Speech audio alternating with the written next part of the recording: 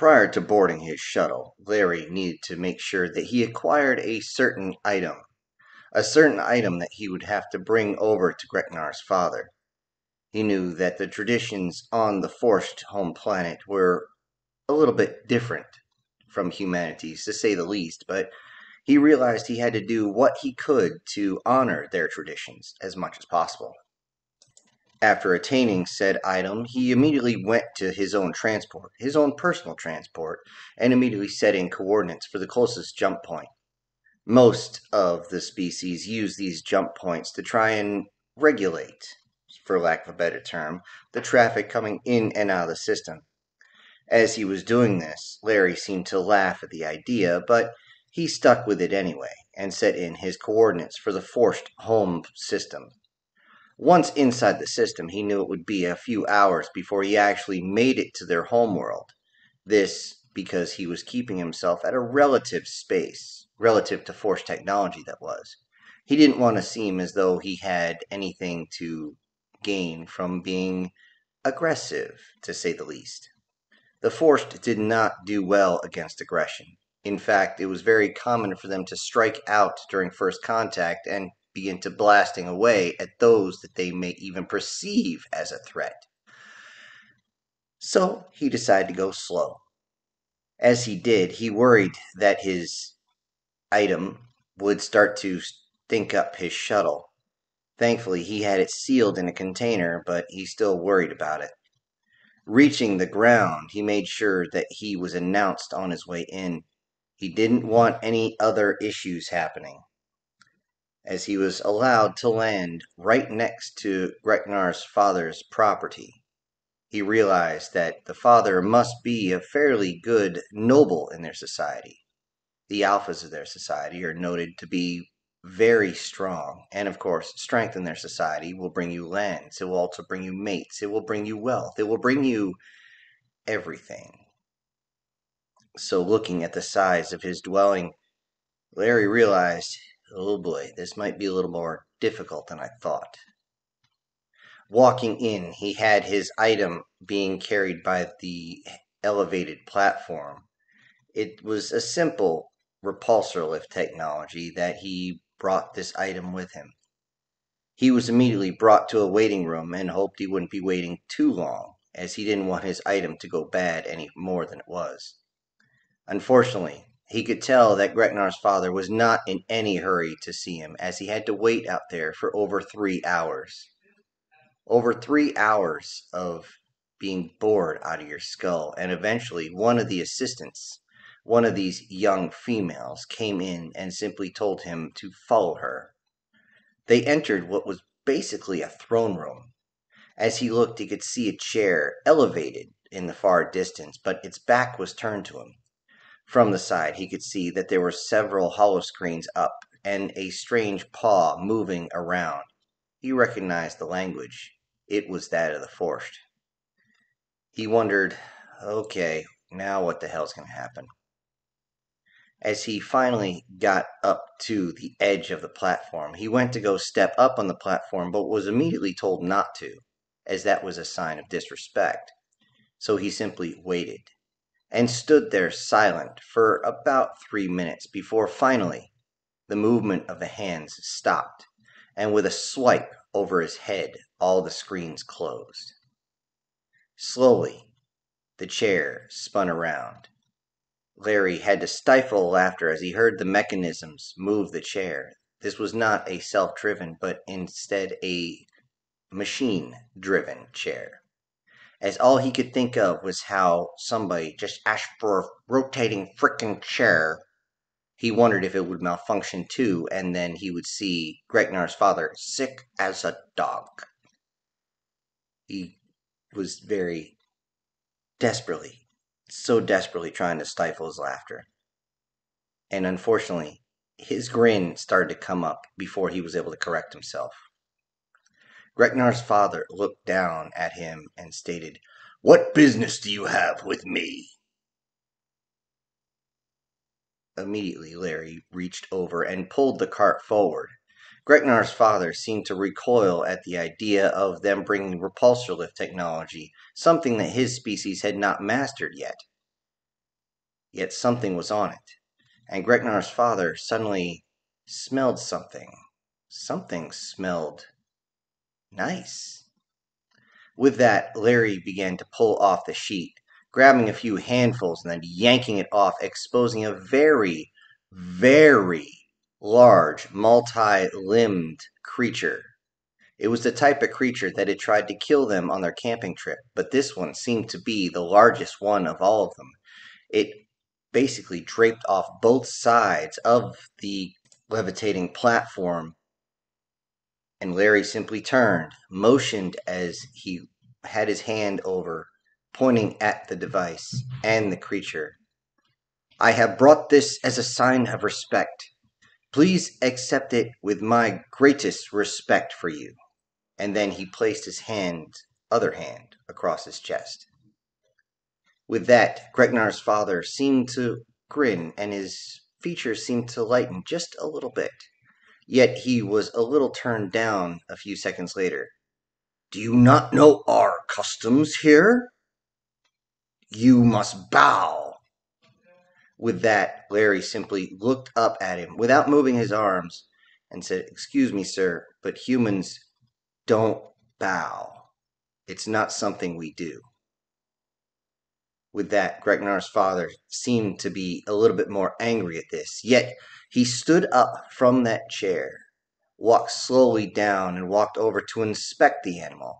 The animal had not yet been cleaned and seemed fresh as he sniffed it. He looked around, raised one of the appendages, and realized that it had a lot of weight to it. Without much hesitation, Gregnar's father raised his other hand, extended his claws, and lashed down at the hide of this creature, ripping it open, letting some of the blood drip out. Yes, it was fresh. The blood has not congealed yet. With that, he licked his fingers, tasting not only the blood, but the flesh that had been ripped with it. This will be satisfactory for our meeting. What business do you have? With that, Larry finally lowered his arms and began to talk. Sir, there is a tradition on my planet, a very old tradition, but a tradition nonetheless. And even though we have changed our biochemistry to allow us to live for a very long time, in fact, indefinitely, we still would like to hold on to our traditions as long as possible. And this tradition is? Well, sir. Sir? Excuse me, that is simply how we address a male with respect. Ah, continue.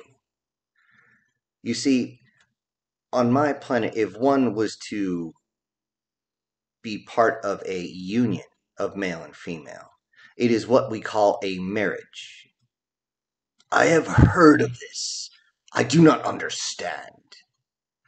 That is to be expected, sir. You see, here on this planet, you have a very different system, of course. You practice what we call polygamy. And this is multiple mates, multiple what we would consider spouses, those that live with you, that bear your children, those that would help you with the house, things of that nature. Ah, yes, yes. My pride is just that. Yes. I believe that is what you humans call it for those of us like this. He motioned towards his own body. Yes, sir. Um, although pride has many different meanings in my language, so be prepared for people to be a little bit confused for only a moment until they understand the context. Ah, yes, yes. Now, tell me more as you wish to talk to me about this marriage thing. I am assuming you wish to marriage my, he had to pause for a second. Yes, your daughter, sir. Do not call her that. She was not my daughter when she chose to change herself into what she is now. But you're still her father. Yes, and I have many daughters, and I have many sons. I always have one to replace others. That is not how we see things on my planet. A marriage between two people is still sacred, still something we hold dear. It is a sacred oath between ourselves, our partner, and our God. With that, Gretnar's father seemed to pull back a little bit, seeing that the faith on their planet was strong as well. You would give such an oath? Why? Because we're human. That's why. There's no other reason. We know who we want to be with. And if this marriage should fail, then it fails, and it's our fault for it. Why would it be your fault? Seemingly poking for things, but Larry wasn't stupid. There could be a multitude of reasons. Maybe it's financial. Maybe one of the spouses dies. It doesn't matter. Sometimes they fail, and that's just the way things are sometimes. So why do this and not have multiple partners? So if one of this marriage fail, then you have another. Because we are still holding on to tradition, sir. As I stated before, we are going to hold on to this. And I have every intention of asking your daughter, he made that sit for a moment, to marry me. With that, Gretnar's father paused and was in a little bit of introspection for a little while. And if that is the case, if she was the one going to be asked, then why come here? Why show respect to our traditions? Why would you do all this? As he waved his hand sideways, realizing that Larry was also wearing traditional garb of the Forged, although it was a set of belts that was across him and kind of a sash-looking deal that was more for their own ceremonies than anything else. He wore this across his actual clothing. This, again, sir, is a sign of respect for you and your traditions, as I do not want any, what's known in our culture as a slang term of bad blood, any ill will feelings. I don't want that between us. And it would mean the world to your daughter for you to be there to give her away. Give her away? Huh. Why would I give her away to you? Besides, she is not property. No. But in our old ways, it was normal, customary, tradition for you to ask the father, the patriarch of the family, to allow the next man to take care of a daughter that they have taken care of for many, many years. I did not take care of her. I barely raised her. That being the case, I am only showing respect for your traditions for her sake. With that, Gregnar's father was a little bit pushed back.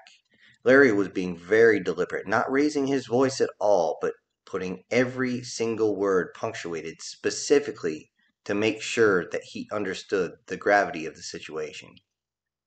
Gregnar's father adjusted himself a little bit, trying to figure out the exact words to say. So what makes you think you would be good enough?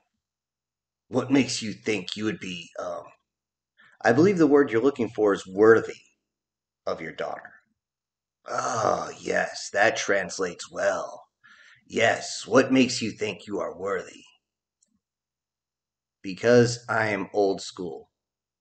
Old what? Sorry, that didn't translate well.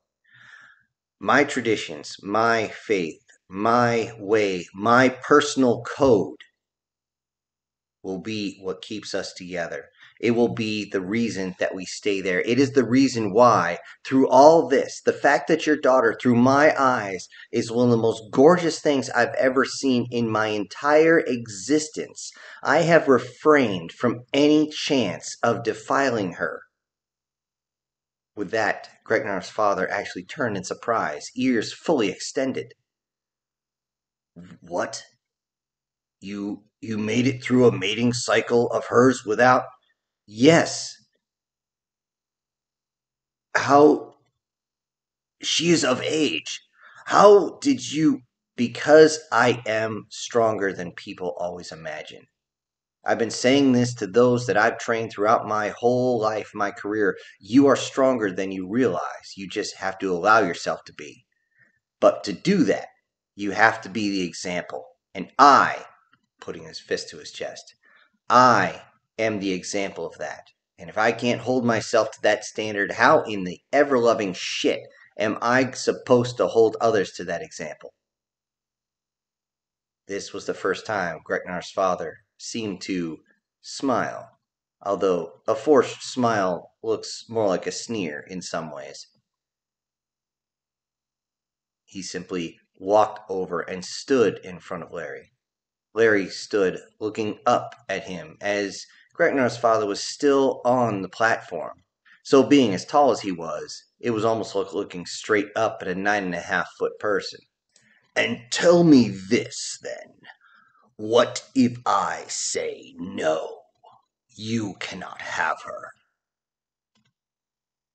Well, in that case, you can enjoy this hunk of meat next to me, but I will end up still marrying your daughter, but she will not be part of your family anymore. What? You've already basically disowned her, and you're asking me that now? I, uh, I did not. I was simply. You don't have to say anything else. I am here as a request. I am here out of respect.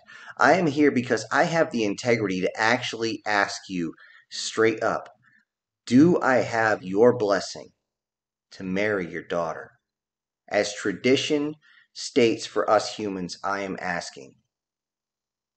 So, what is your answer?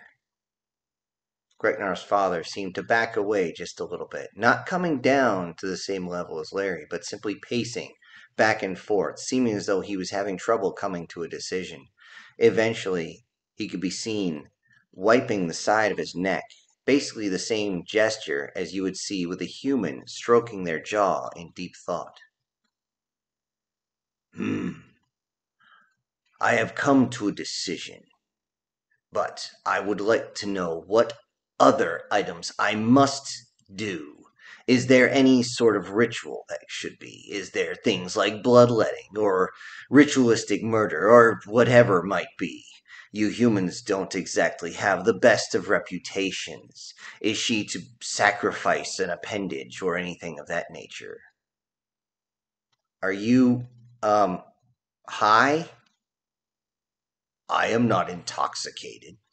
No, No, the only thing you have to do is show up at the wedding, at least pretend to be happy, and you have a line in there. A line? Yes. When it comes to who gives this woman away, you are to stand and say, I do.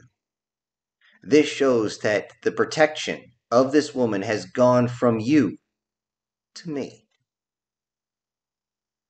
With that, Greknar's father was very interested because he used the one word that he sees fit above all else, and that is protection. Along with protection in their language, it has a multiple meaning. Multiple meaning also holds to hold on to territory, keeping people safe, keeping those under your command. All this is brought into one single word, is very, very diverse in the way it's used. However, context really plays into it. Finally, Greknar's father stood up. With this, if you swear now on your undying soul that you will protect her, no matter what, then I give you my, what did you call it? Your blessing. Yes, yes, I give you my blessing. Yes, sir. Larry reached out his hand, ready to shake Greknar's father's hand, and he looked over at him. It's called a handshake, he said. Simply put your hand out like so. Gregnar's father did, and Larry reached out and wrapped around that huge paw that was there, to the point where he could almost barely move his fingers into position, and simply squeezed down, not tightly, but just enough to let you know that someone was holding. Gregnar's father mirrored the movement, and then they simply raised up and shook down once, and then he let go. Then it is done, is it not? It is.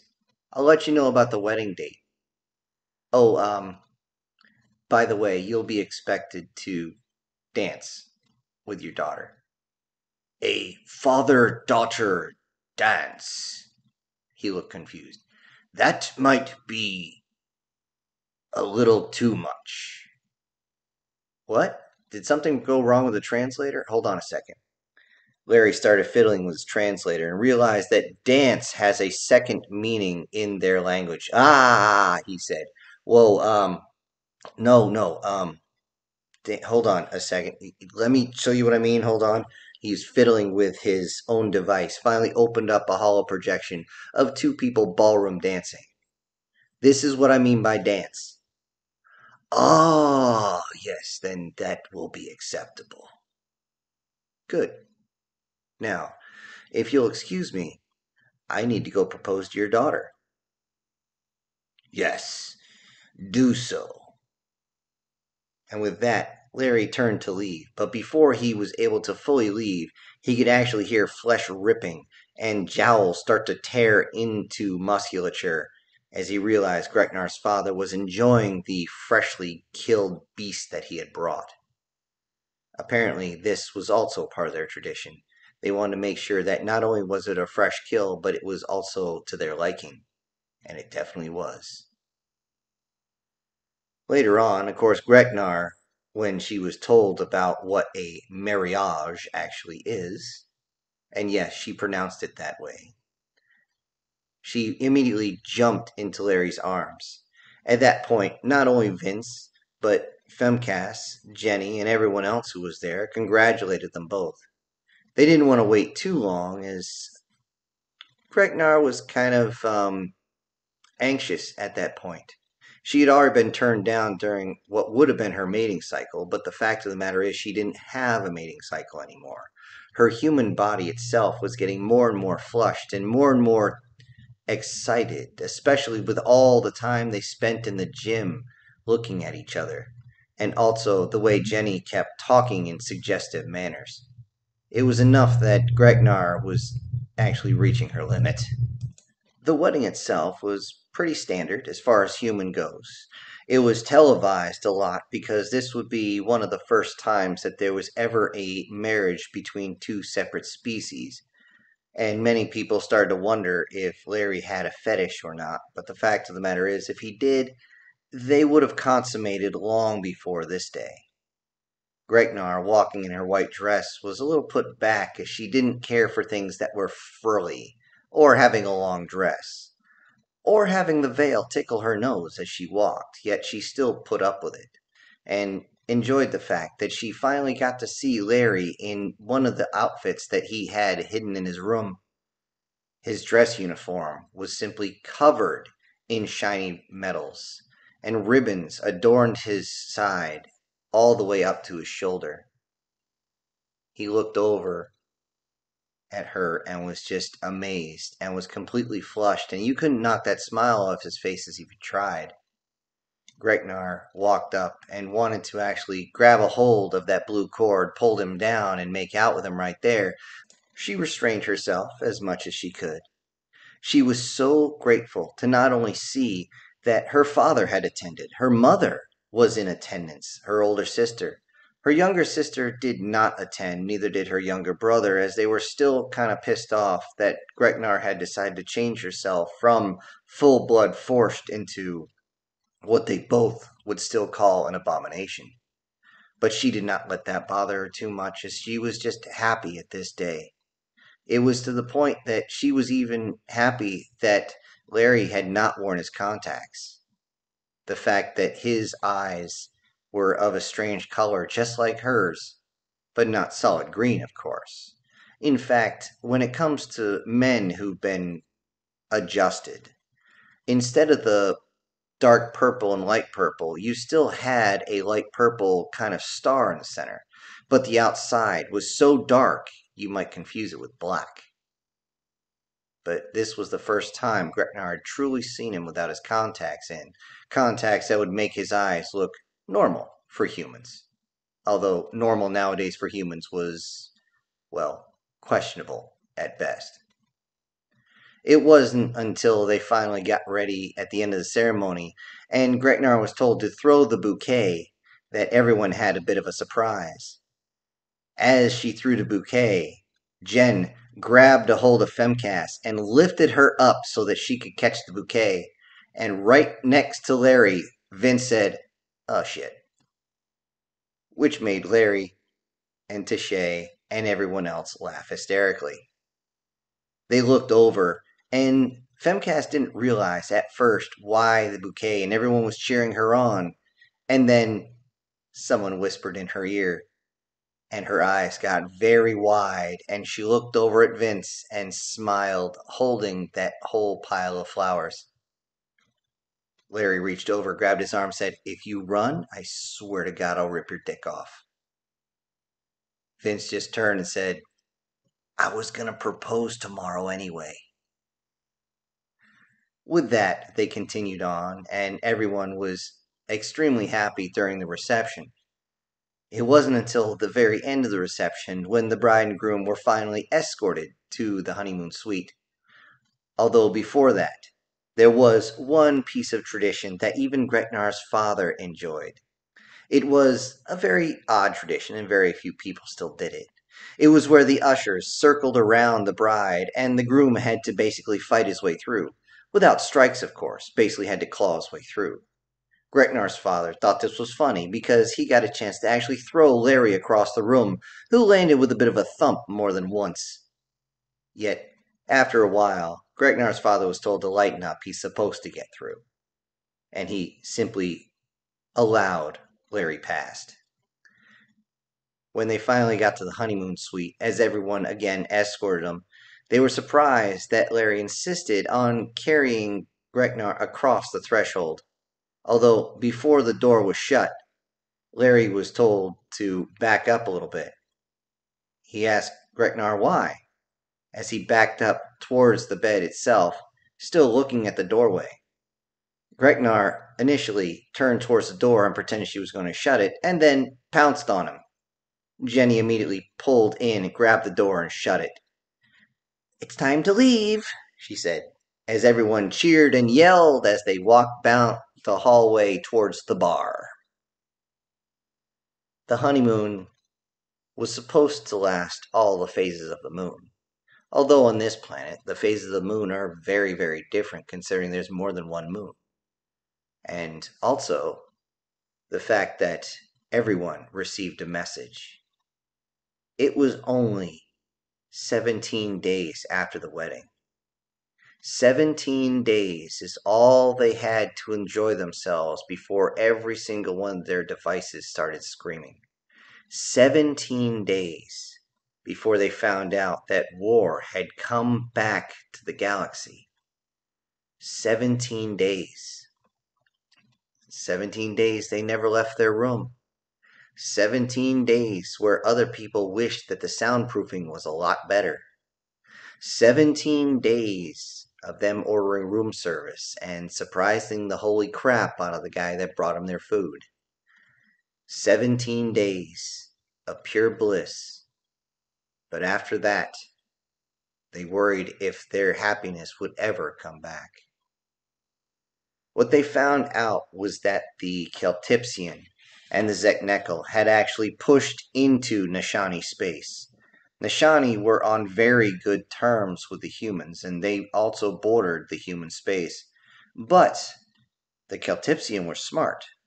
They only went in on the side that was opposite human territory. They made it perfectly clear that they were not after the humans, and that the humans should not intervene. While they were doing this, they also pushed into the forced territory, but only to 2 different colony worlds, not to a major planet. They knew with each of these species they were going to act different. The forced would only bring in the forces that each alpha was threatened at. If there was only one alpha on that colony, then they would only bring that one alpha's forces. They wouldn't band together, as there was not a mutual enemy, simply one against that one alpha and his pride. With the Nishani, it was a little different. They were more interested in retreating, but there wasn't retreat to be had. As they tried to leave their planets, they were immediately captured. This was something that most everyone was abhorrent by. Even the Vunshin were not liking where this was going. They knew the Zeknekel, as they were usually very good trading partners.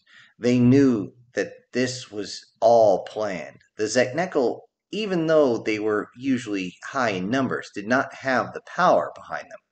However, on the other end of that, the Celtipsian never had a lot of numbers, but their ships were massive and strong.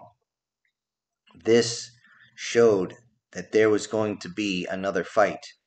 However, right down the center, between the Nishani and the Forced, was a thin strip of space where the Zeknekel and the Celtipsian controlled. And from these worlds is where the invasions actually came from. From these worlds, forces had been massed where people couldn't see. From these worlds, it looked like it was just a territory grab, where they would capture some areas and simply auction off, for lack of a better term, the captured forces. Any of the civilians would immediately be brought up for any type of, well, ransom. And that's what they wanted. That's what everyone assumed. And it wasn't until a few days later, after the initial invasion, where they realized this was no simple feat. Instead of simply grabbing the border worlds that were on the edge of this small alleyway, they continued to push out. The Zeknekel and the Celtipsian working together. Both of their forces seemed to complement each other as they went into the area. It wasn't long until the Forced realized that this was a true power grab for their territory. They tried, God help them, they tried, to get the Zeknekel and the Celtipsian to give up the civilians, as the young ones had no reason to be held. But there was just silence. They never responded. It wasn't until a probe of unknown origin was able to make it into these areas that everyone saw what was going on. The Forced were being forced into forced labor. Their large frames made them excellent workers. However, they still had difficulty managing some of the tools. It didn't matter. Their large muscles were used for physical labor, even though technology allowed them to be supplemented with all sorts of different carts. But no, they were sent to different mines to mine apart ore. Very dangerous conditions, too, as the probe itself, sneaking along, was able to find that many of them were showing wounds of rockfall, showing wounds of being tripped, showing wounds of being whipped if they weren't working fast enough. The Nishani, the Nishani fell back even worse. They were being held as entertainment to those holding them. It would be very common to see several of them being dragged along with collars and chains, some of them transformed, most of them not, yet being dragged along by one of the Zeknekel or Celtipsian, as they were simply yanked and thrown to the ground. If they stumbled by any reason, they would be whipped, they would be kicked, they would be struck. The Nishani are not strong people physically. They bruise easily. The only reason any of them were able to stay up is that a few that had gone through the transformation via the humans were able to take the hits a whole lot more. They healed a whole lot faster, and because of that, many of the Shani were being forced into gladiatorial arenas. This was horrible, and if they refused, they were both killed. Many of them had to fight some of their own siblings. One of the probes actually caught a mother and a father fighting their own children. All of them seemed emaciated. The video was shown across the entire galaxy at large, and a cry came out from every single species for these two to stop and release the civilians. You have the planets. You can keep the frickin' planets. You can keep the moons. You can keep the asteroid belts. Just release everyone. We will even send shuttles to pick them up. But there was never a response. Not from the governments, as they eventually just simply pulled out of the galaxy at large.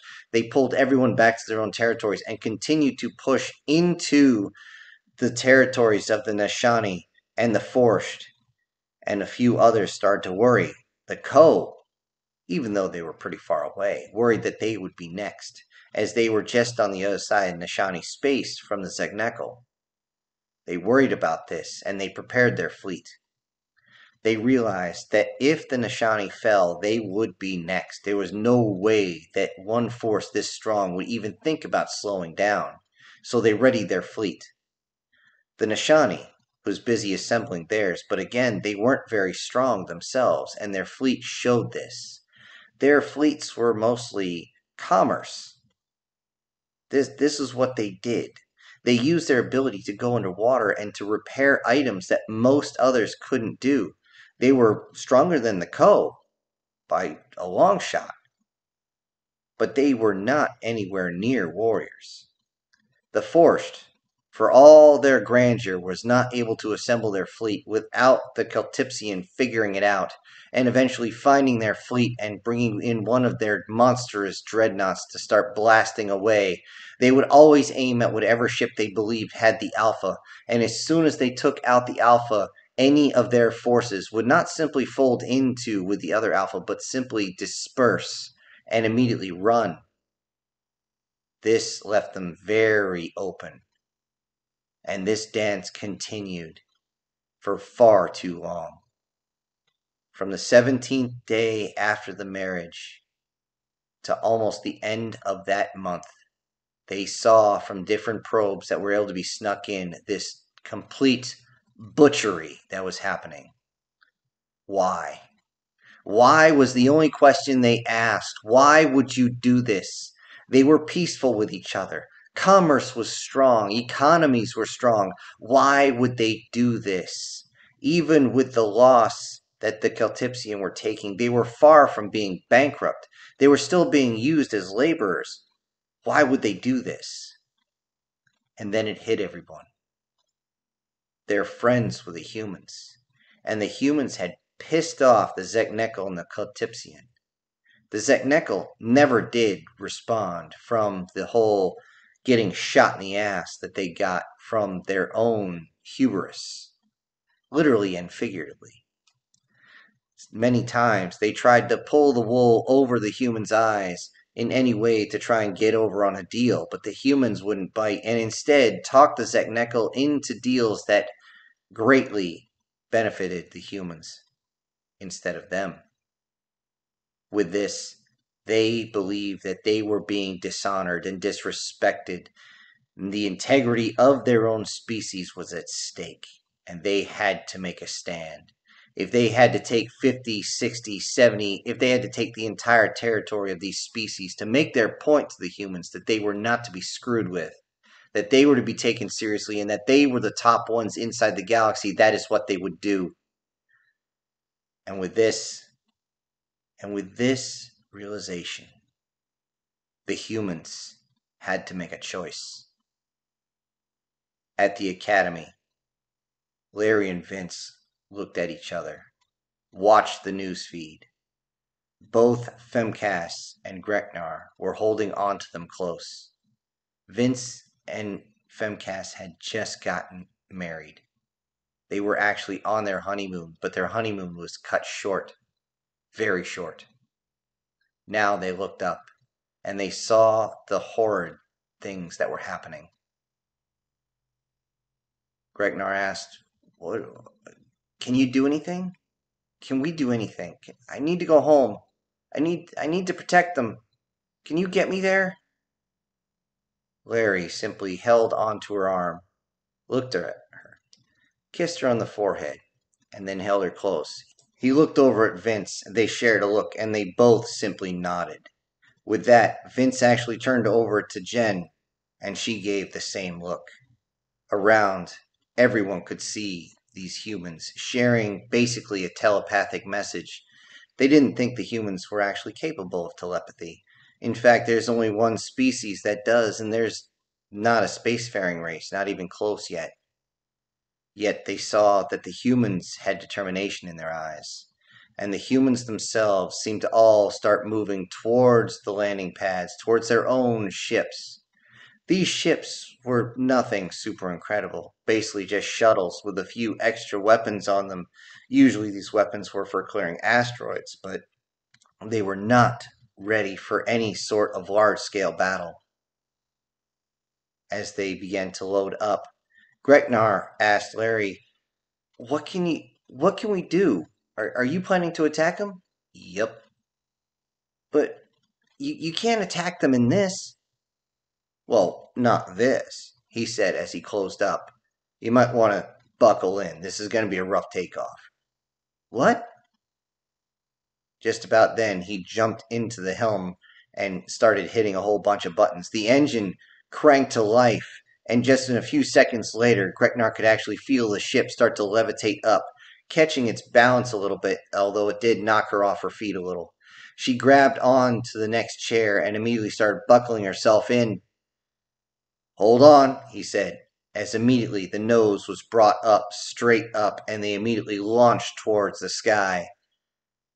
Gregnar looked out, and she could see a few other human ships following suit, but they weren't coming in the same direction.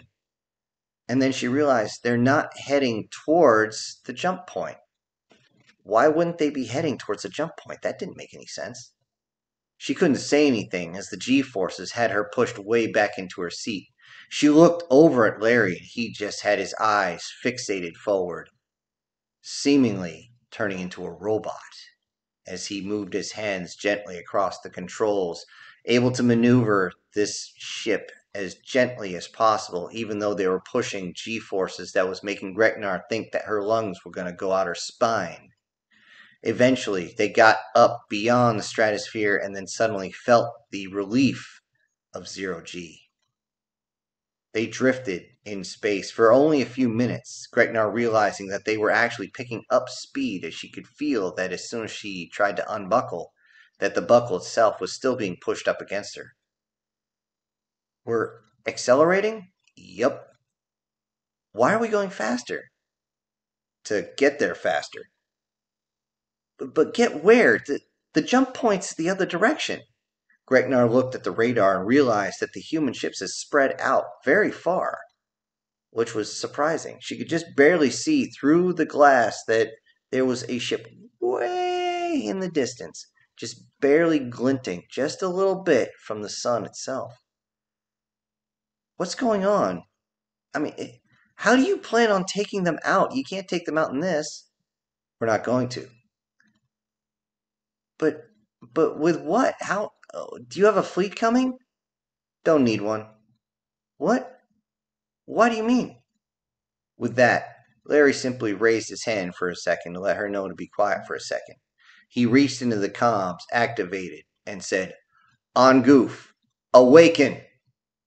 And with that, in front of them, a ship decloaked. The shield around it was simply that of optical camouflage, as she realized that this massive ship itself was now being shown in front of her. It was insane. The ship she was in was about the size of a 3-bedroom house. This ship looked like one of its bays could put 20 of these ships inside it. How? When were you going to tell me about this? She said.